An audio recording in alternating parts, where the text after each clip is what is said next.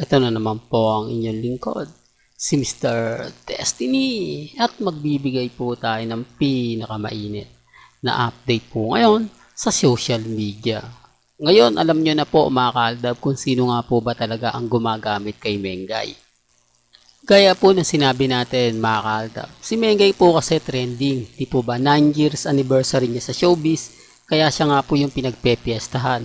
Siya po yung trending sa mga magazine, sa mga website, sa Instagram, sa Twitter, sa Facebook kasi 9 years nga po si Mengay sa showbiz. Kaya nga po yung iba nagtataka na biglang sumibol lang naman talaga si Mengay. Kung pagbabasihan nyo po yung mga sinasabi nila, yung mga komento, po talagang kumbaga hindi po siya yung tipo ng artista na maraming pinagdaanan. Isang audition niya lang sa Eat Bulaga, agad-agad siyang nakilala, agad-agad siyang pinagpiestahan, agad-agad siyang minahal ng mga Aldab Nation. Kasi marami po talaga naiinggit sa kanyang artista.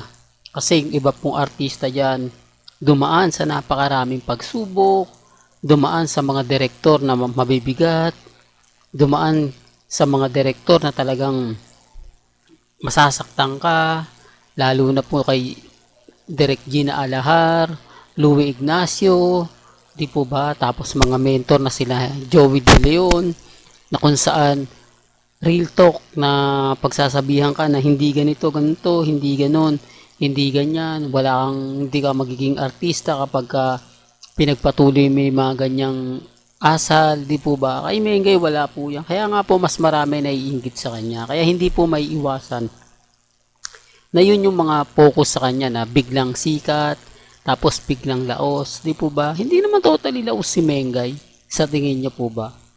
Hindi po, sa aminin man natin o hindi, hindi siya binibigyan ng project eh. Di po ba? Wala pong project si Mengay, kaya sa Itbulaga niya lang po siya makikita. Pero kahit ganun pa man, gumawa siya ng mga pelikula na masasabi nating kumita. Masasabi nating pum, pumutok sa social media. Di po ba? Yung isa pa with feelings, kahit indie film yun, talagang napakaganda. Talagang masasabi mo na number one box office lang, number one box office queen din pa rin siya. Kaya lang, indie lang po yun eh. Di po ba? Medyo hindi siya malaking network o kumbaga hindi siya ginastosan ng malaki. Kaya hindi masyado sinabi kung magkano kinita. Di po ba? Ganun naman po kasi mga indie film. Mga short film lang siya na hindi ganong binadgetan. Hindi katulad ng mga ibang project katulad nga po ng pelikula nila Alden, nila Julian San Jose, Julian ano ba yan?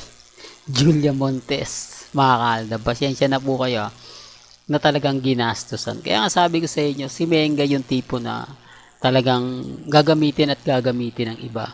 Kita nyo si Christopher Min, di po ba? Ginagamit po si Menga.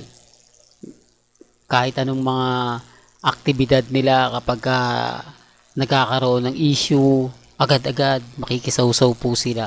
Ganon din naman po si Ogie Diaz, di po ba? Nakisawsaw siya sa cut din.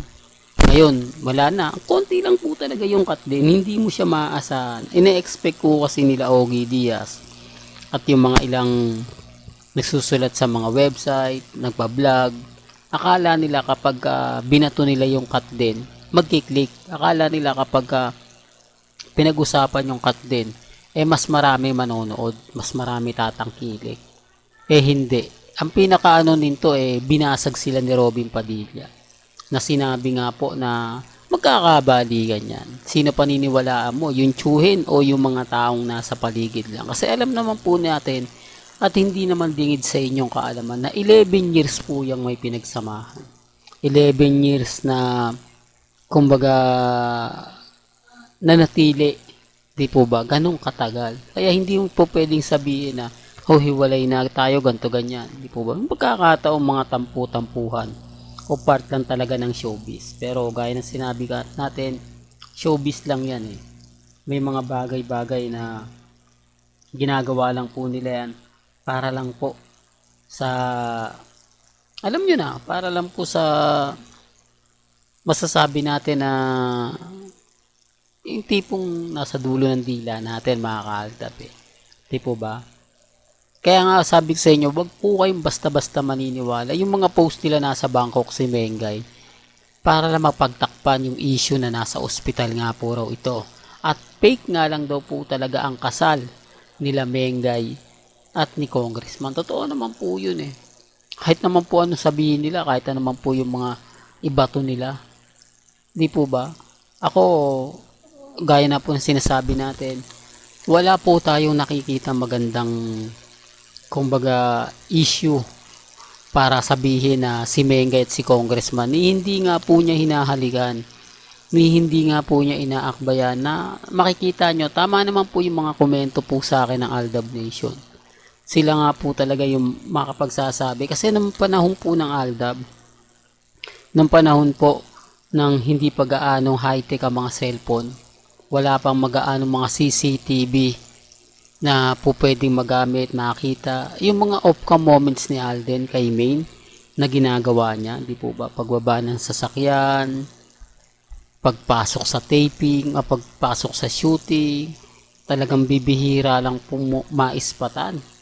Eh kung may mga CCTV na ngayon at yung high-tech na yung mga cellphone na gamit na kahit sa malayo, eh pwede kang makunan, pwede kang mapicturean, di po ba?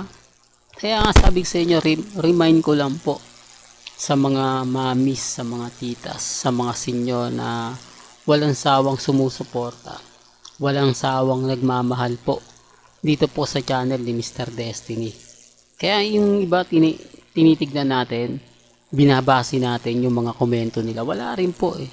Real talk. Kaya nga pag ako po nakaka-encounter ng army, sinasabi ko, wala, kumbaga, kukonti lang kayo, hindi katulad kayo ng Aldab Nation, na kahit 9 years na po kaming, kumbaga, sabihin na natin, 6 years na po kaming binabasag, nananatili pa rin po kaming matatag, nananatili pa rin po kaming kampante.